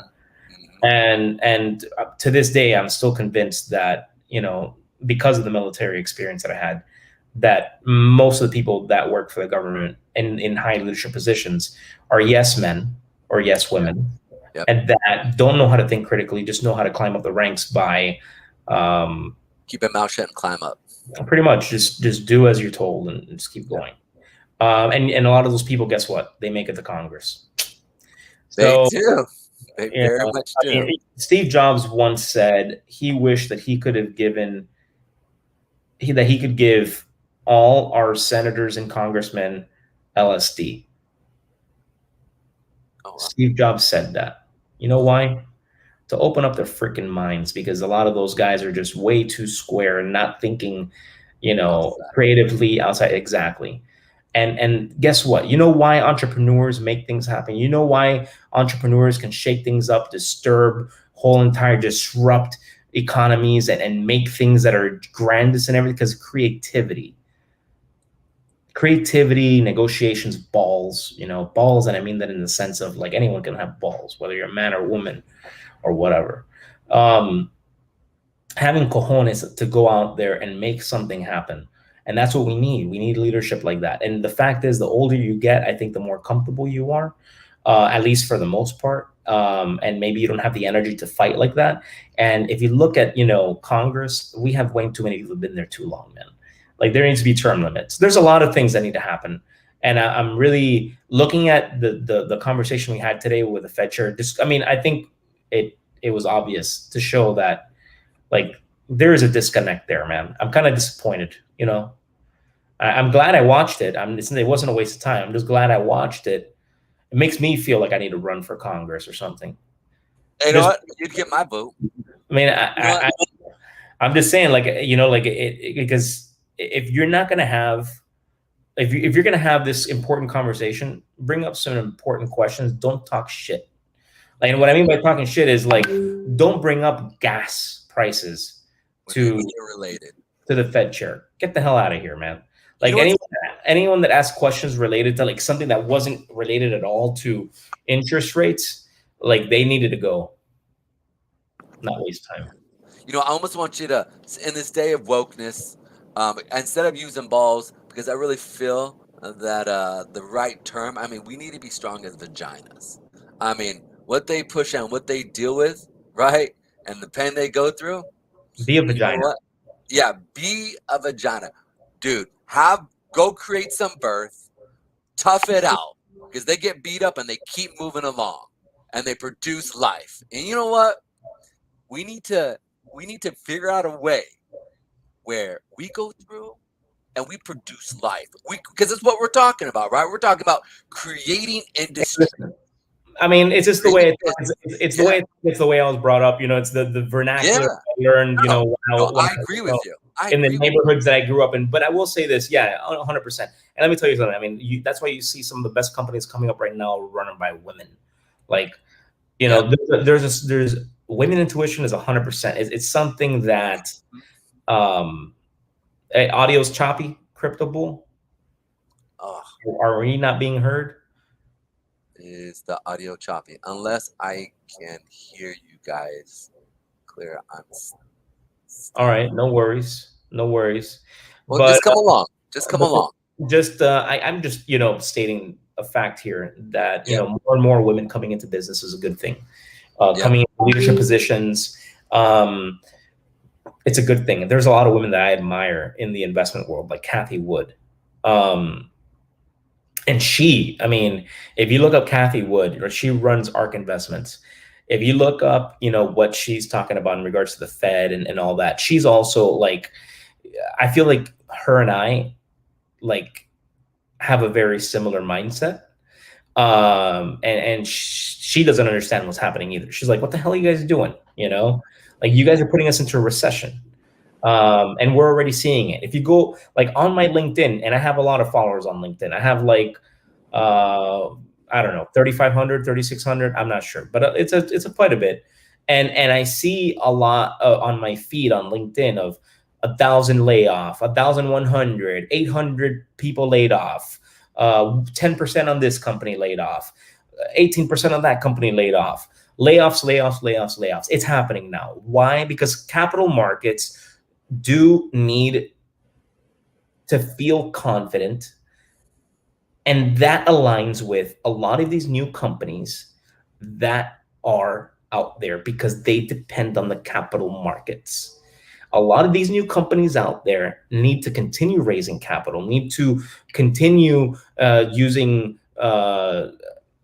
certain debt structures and all these instruments that have been created in order to continue growing, because they're still newer companies. They need that. And if that is turbulent, which it is right now, as you can see, look at the S&P 500, look at the NASDAQ, look at all that. If that continues to be turbulent like that, then they're not able to access that capital or get it at the same volume as they were before, which means that they're needing to tighten as well, which means a lot of these jobs are being lost. Right. And that now that unemployment number, which talking about unemployment, man, I put this on my Instagram. I put this on my Instagram because it really pissed me off. Larry Summers, all right, which used to be the ex-Treasury Secretary. He goes, the US needs 5% job loss rate, which is an increase. We need 5% or more job loss rate for 5 years to ease inflation. Wow. 5 years. So he says we need to increase the layoffs, essentially. We need more people to get laid off and sustain that for 5 years in order to fix inflation. And there's a lot of people that agree with that. And that's why I don't know if that guy was a senator or whatever, Menendez, that came up, the Hispanic guy in the committee hearing, that said, there's a lot of people of color, which, by the way, it could be people, white people, brown people, blue people, green people, all sorts of people. But in the lower socioeconomic levels, I think would have been a better way to phrase it. There's a lot of people in the lower socioeconomic levels that are impacted more by this rate increase, by inflation, by all these things, right? And I feel like these are the marginalized. These are the people that are going to be in those numbers.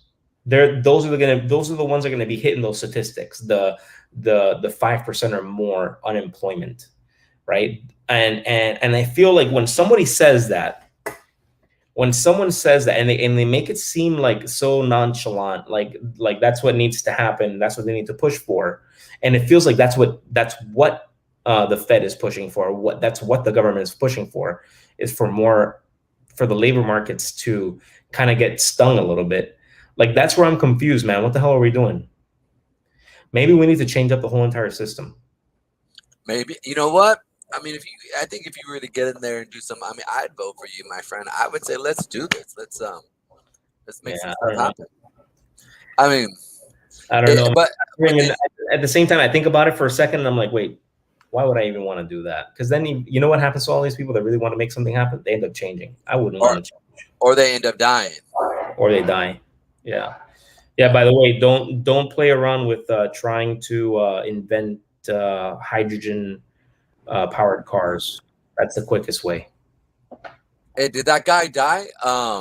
He was, I think, the African American gentleman who was, I forget exactly. I was actually watching. He was literally on the news showing off his stuff. Yeah. Just recent, within like a couple, I think it was within last 2-3 weeks. Oh, there was that was the Buffalo shooting guy, the guy that got shot in the Buffalo shooting. Holy moly, are you serious? Yeah. Yeah. That is. I mean, those things happen, you know.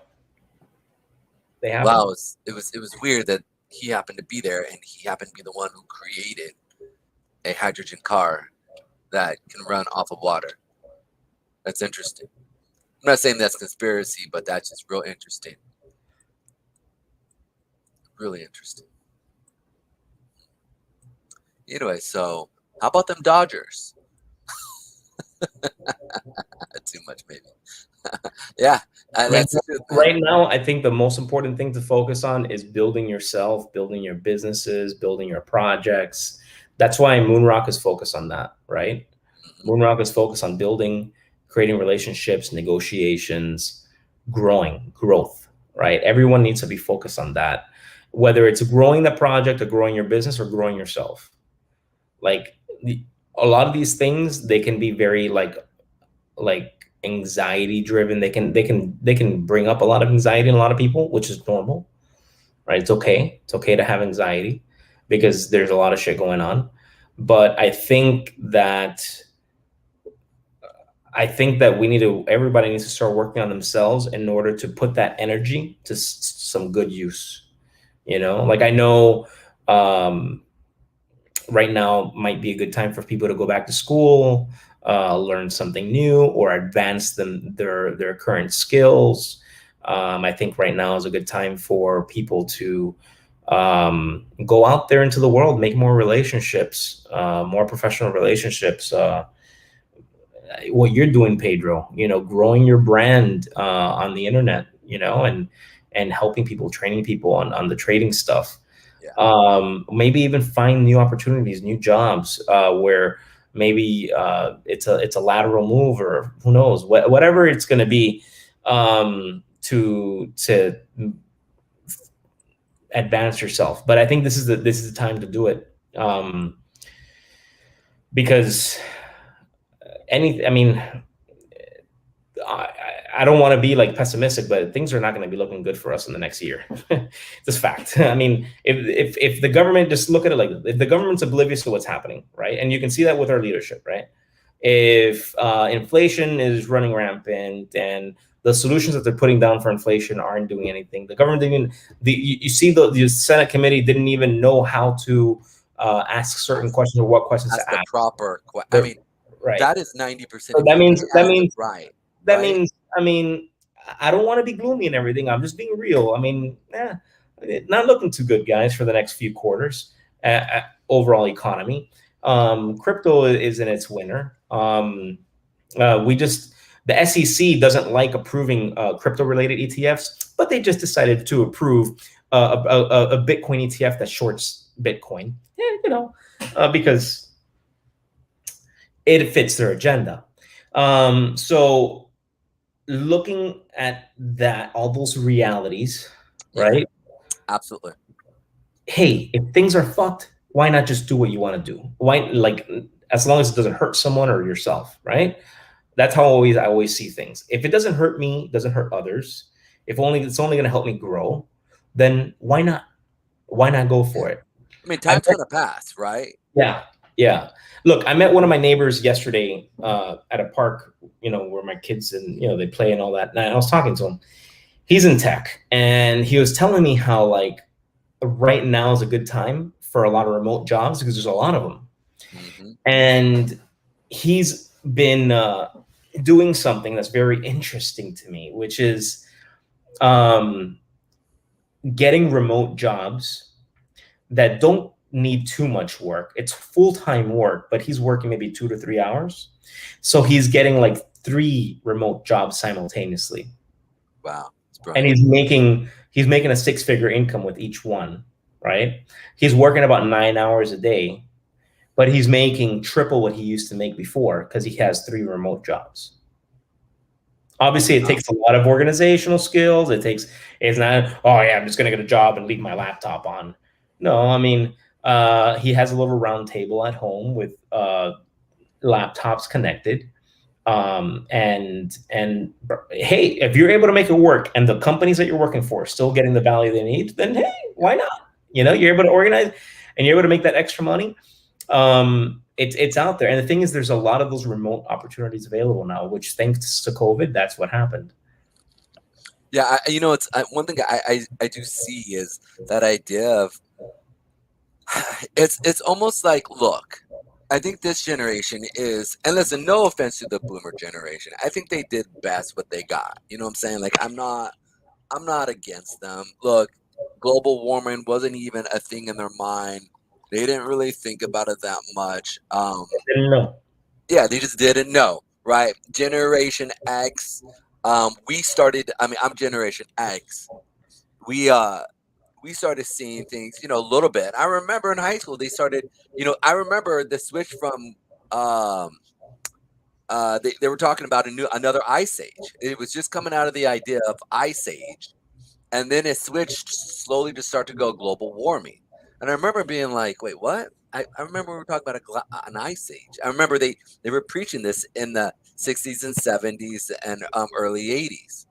And then, and I say this because the point is this, is that we're at a point now in our society, whereas, look, if we don't start creating life, we don't start really putting in as a generation to really push forward our society, in the next 3 to 4 years, or next 3 to 4 generations, we might not just be around. I mean, literally, there might be artificial intelligence that comes in and goes, oh, this is what a human being used to be. There's an old show called Doctor Who. It's still around now. It's one of the most longest running shows that was ever around. It stems back in the late, I think, 60s and 70s. And it's still playing now. And there's this one point of one of the characters that was in it that was the first human or the last human. And it was a humanoid of just skin. And it was just, and they were talking, and it was a woman. But it was just literally like this humanoid of a woman that was just skin talking. We know right now that there's some type of alien people out there. We don't know. I mean, the government's finally come out and called them, what is it, Ariel or ARE or something like that. I forget it is, but they're talking. Elon already told us he's an alien. Yeah, well, he already said it on the Joe Rogan show. He said it in his day. Go pull it up. But we really can. You saying he called himself truly an alien? Yeah, go to YouTube. There we go. Yeah, here we are. YouTube. And put Elon Musk, Joe Rogan, alien. Okay.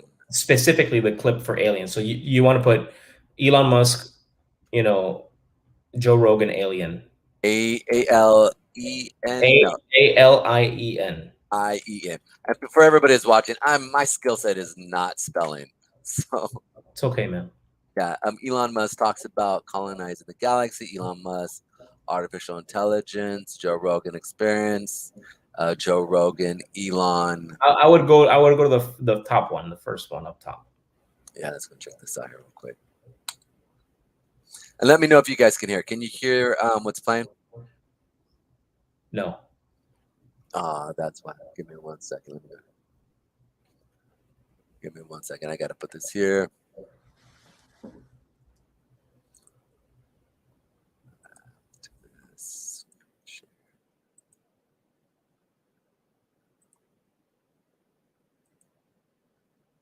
There we are. To Mars. Rough. The Joe Rogan Experience. How much time before there's regular travel back and forth to Mars? Roughly. Like a real civilization on Mars. Well, I think it's going to take a while to build a real civilization. The the threshold that really matters is for getting past the great filter. Is do we have enough resources on Mars such that if the spaceships from Earth stop coming, You can survive. Yeah. So like you'd only be just missing one little thing. You'd be like, you're on a long sea voyage, and the only thing you're missing is vitamin C. Still not good. It's only a matter of time, you know. Yeah. And then it's gonna be curtains. So you gotta have all the things necessary to sustain civilization on Mars. And the reason that the ships stopped coming could be World War III, or it could be due to a slow decline of civilization. So civilization here on Earth could end with a bang or a whimper. Or natural disasters.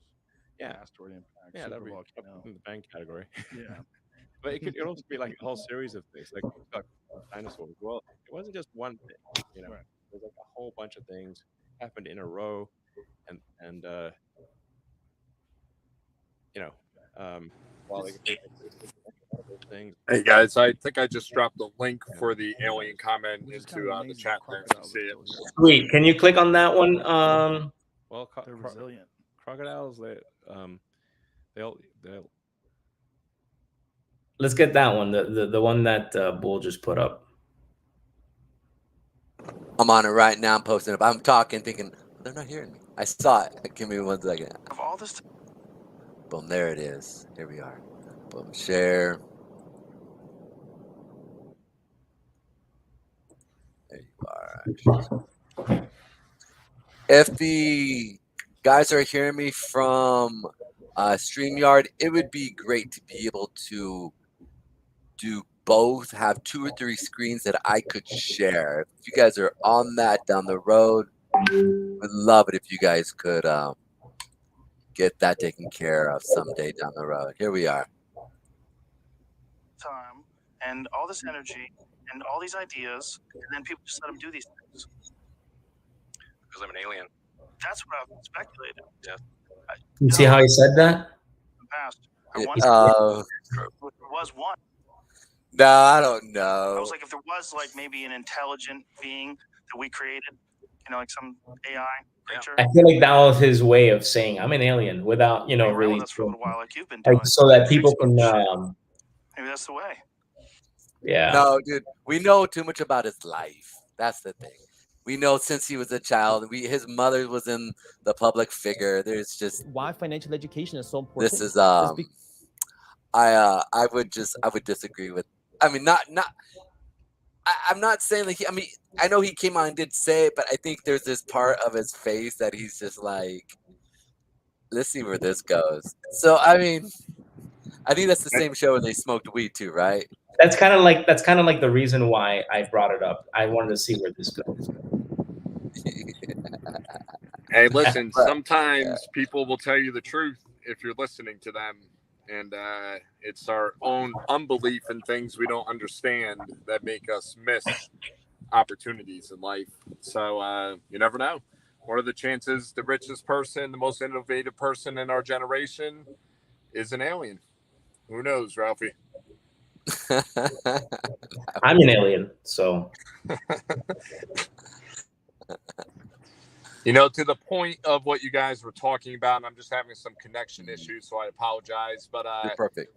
You know, at the end of the day, to really curb the inflation and, you know, some of the global warming issues, I will just throw a side note in when you talked about global cooling and then global warming. Do keep in mind they had to rebrand it one more time because it didn't fit into climate change, which fits everything.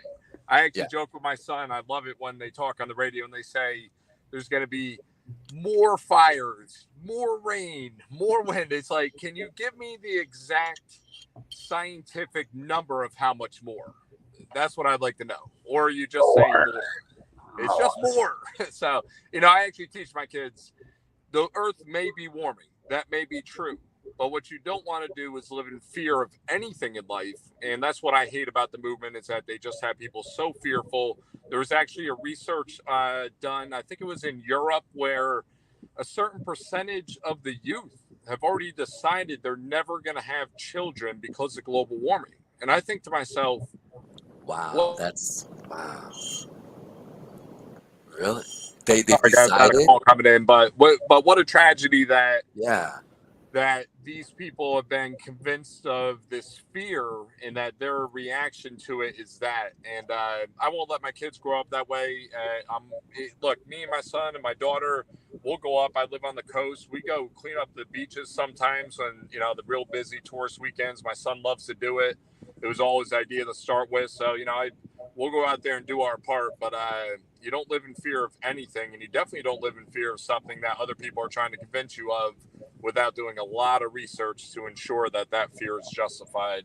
But to the point of all that, Elon Musk is somebody that's actually addressing all those issues. If you want to look at inflation, global warming, and all that, find a solution to the actual problems and don't just try to keep fighting at things that are going to have no impact on the problem. So if you care about global warming, then you need to make cars electric. You need to figure out how to make electricity green, jet fuel green, and how the hell we're going to fly rockets into space without using carbon-based fuels.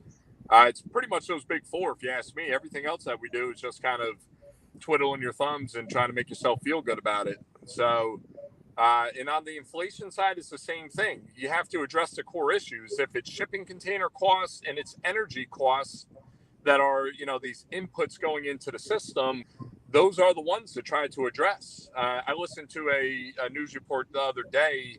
I think it was on NPR, and they were interviewing some farmers, and they were talking about, like, listen, if you think inflation is over, or this was before the inflation report came out where they were trying to convince everyone we'd already reached peak inflation.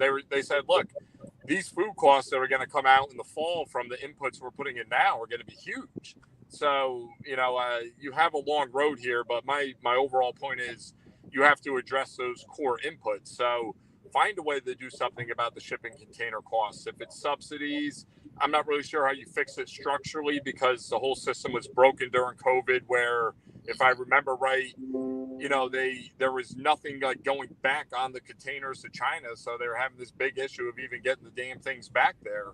And, you know, and then on fuel, the whole system's broken on fuel, because as the Western governments try to move away from buying Russian energy, you're forcing more buyers into a more limited supply from other countries, and this great reshuffling.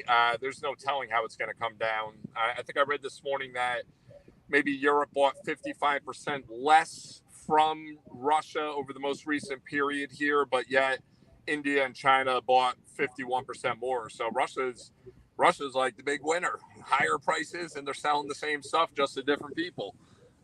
Yet the West is the one really suffering from it as we're all living out. So, you know, I think you have to go after the actual core issues and really focus in on them.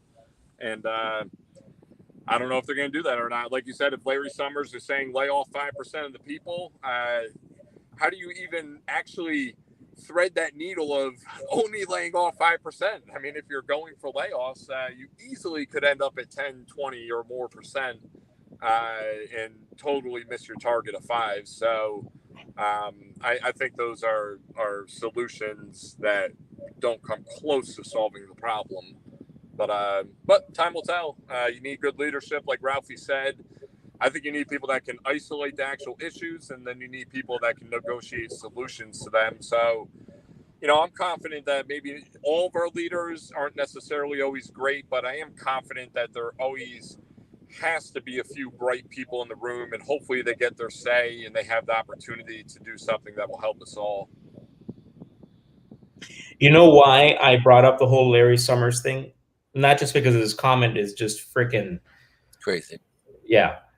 It's because Biden brought him up over the weekend when a reporter went up to him. I don't know if you guys saw the video. The reporter was like, what do you have to say about, you know, the something about like how the economy is going, recession or something like that, you know, something along those lines of like how everything's going bad. He's like, well, that's not true. That's not what people are saying, at least not most of them. You know, I had a conversation with Larry Summers, and he says, you know, that recession is not inevitable and this and that. So he's talking to this guy, right? These guys are all connected, man. They're all, and that's the problem. The problem here is that you have these leaders that are listening to people like that guy. That's why these things are happening. They want these layoffs to happen, man. They want to trigger that recession. Listen, all the Democrats are going to listen to Larry.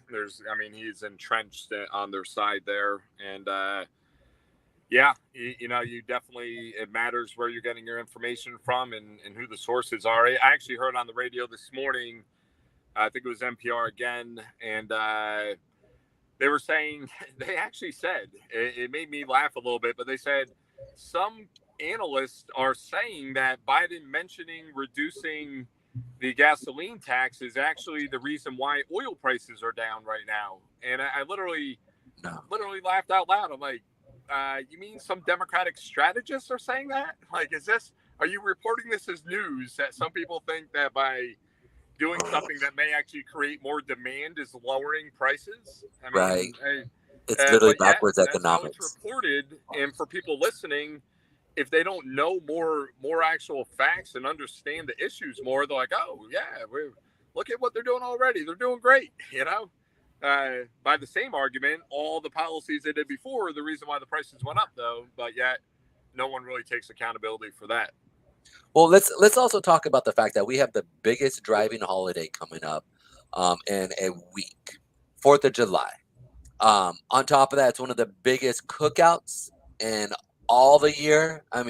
It's almost ties with Thanksgiving and with Christmas, right here in America. And you're telling me that everybody's going to be driving more. It's one of the biggest holidays that people drive. People go places, go see family, and it's, and biggest demand is coming. And they're going to be able to stave off the demand use of gasoline from that. Our government, it's going to stop the business owners from raising their rates, am I misunderstanding there? Is that what you truly said? Yeah, so what they were saying was that being that oil dipped a little bit, in my mind, they're just being opportunists to take stake to the claim that somehow announcing a reduction in gas taxes was that reason. But yeah, no, you're not going to look. I've lived my whole life, guys, and it's what I really recommend to everyone else. And it's kind of what Ralphie was saying before as well, is that the solution to everybody's individual issues is to make more money. Bottom line, you can find a way to save it, trim your budget, do whatever the heck you want to do. But at the end of the day, you need to make more money. So get innovative, do like that guy did, 3 jobs at once, find a side hustle, find a way to make more money. But a lot of these structural issues, in my mind, as I follow them, Ralphie, you can probably speak to this, but quantitative easing, historically low interest rates, these were all things that were brought on without precedent to really know how to get out of. So now we're trying to get out of something that there is no playbook for that we got into, which means that most likely we're going to have a hard landing, which is what we're seeing right now. So, ultimately, I think solutions are few right now. And with the larger geopolitical issues going on in the world, my personal recommendation to everybody would be to find a way to make more money. Bottom line. The fact is that, what do you think, what type of businesses? Because one of the things people start thinking about is like, how do I create a business and how do I really kind of get ahead in that? From a geopolitical stance and paying attention to resources and what's going around the world, what would be a smart business for, let's say, a mom and pop or somebody who is looking to maybe get going? They have, they have a full day work day. Then on top of it, they come home, they have kids and a family. What's one of the ways that they could actually get ahead by maybe creating a business or a second job? Because a lot of people are working. A lot of people do have full-time jobs. So how do they make more money when employees are looking to lay people off and in addition to that, lower their pay? Well, right? My recommendation would be, being that we live in the gig economy, look for those gig opportunities. If it's, Uber is an option. If you just want to drive, there's a site called peopleperhour.com. You can do everything there from, writing for people to voiceovers for people. You know, something I'm looking at with my kids that I mentioned to the team is, you know, find a way to make some NFTs, you know, keeping it crypto centric, you know, for this right here. You know, but there's a million ways. I mean, at the end of the day, you need to identify what your skill sets are, and what you're actually able to do. And then you need to go identify where those opportunities line up with them. And, you know, you need to do some research because there's really a million opportunities out there. Then you have to take the initiative to actually make it happen. So what you're telling me is tell people to get back to work. Quick question. So I just pulled them up on the, let's go ahead. I was going to say, Bull, so I have peopleperhour.com. Is this what you're speaking of? And this is something that we could give to our viewers who watch and check out in case they're looking for something. Is this it? Yeah, it's just one resource that just came to mind because there's a wide variety of things that you can offer there. But, you know, Fiverr.com is another one, depending on what your services that you can offer are. You know, there's a million of opportunities out there. I mean, like I said, if you have no skills, then sign up for Uber. I mean, there you go. I'm not saying that Uber is a skillless job per se, but I'm just saying it doesn't take any special skill other than having, you know, meeting the car requirements that are necessary to be able to work for them. Getting work done has never been easier. Look at this. It's basically you're a contractor. You come in, you give your skill set. If people like you can see here that if you do good work, people will rate you. Maria H here in the UK has done a great job. Experienced team of graphic designers. Here you guys go. You see, this is a nice little thing for people. You can check this out. Now, the key with that is to definitely get all your friends to go give you good reviews. Yeah, I could see that. But I mean, having 4,000, 5,000 people, many people maybe have a couple, maybe 20 good friends who will view them, you know, will review them. If you go to a big church, you might have maybe 100 people. If you are part of a big community center, you might have 1,000 people, maybe, right? So, I mean, these type of numbers, man, these are good numbers. You know, you can't fake these numbers here. It's kind of hard. Hey, and guys, I missed most of Powell's testimony there. Did he say that they might do a full basis point up? Yeah, and more, much more. They were talking. Not just another 3 quarters next month, saying literally a whole point up. That's what he said. We'll find out. I don't, because we did catch the last bit of it. He didn't say the full point up. No. But it might be the same 75 basis points.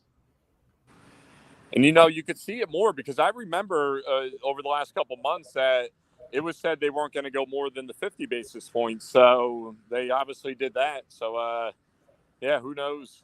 Who knows what they'll end up doing? Interesting. You know, like I said, my personal belief is that a lot of it won't make a difference if you're not actually going to address, you know, the core issues leading to inflation. I mean, you know, I'm all for whatever the Fed's going to do, but arguably this issue is larger than the Fed. So you need a more comprehensive plan. I'd be interested to see if there's anybody out there that can actually identify it all correctly and find the real solution for it.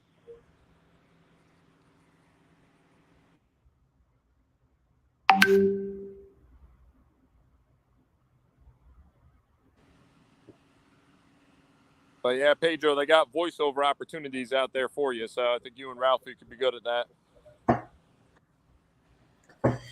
Guys, I got to head out, man. I'm getting a bunch of messages on things that I got to do. It's been real. We can do this again next time. Wow.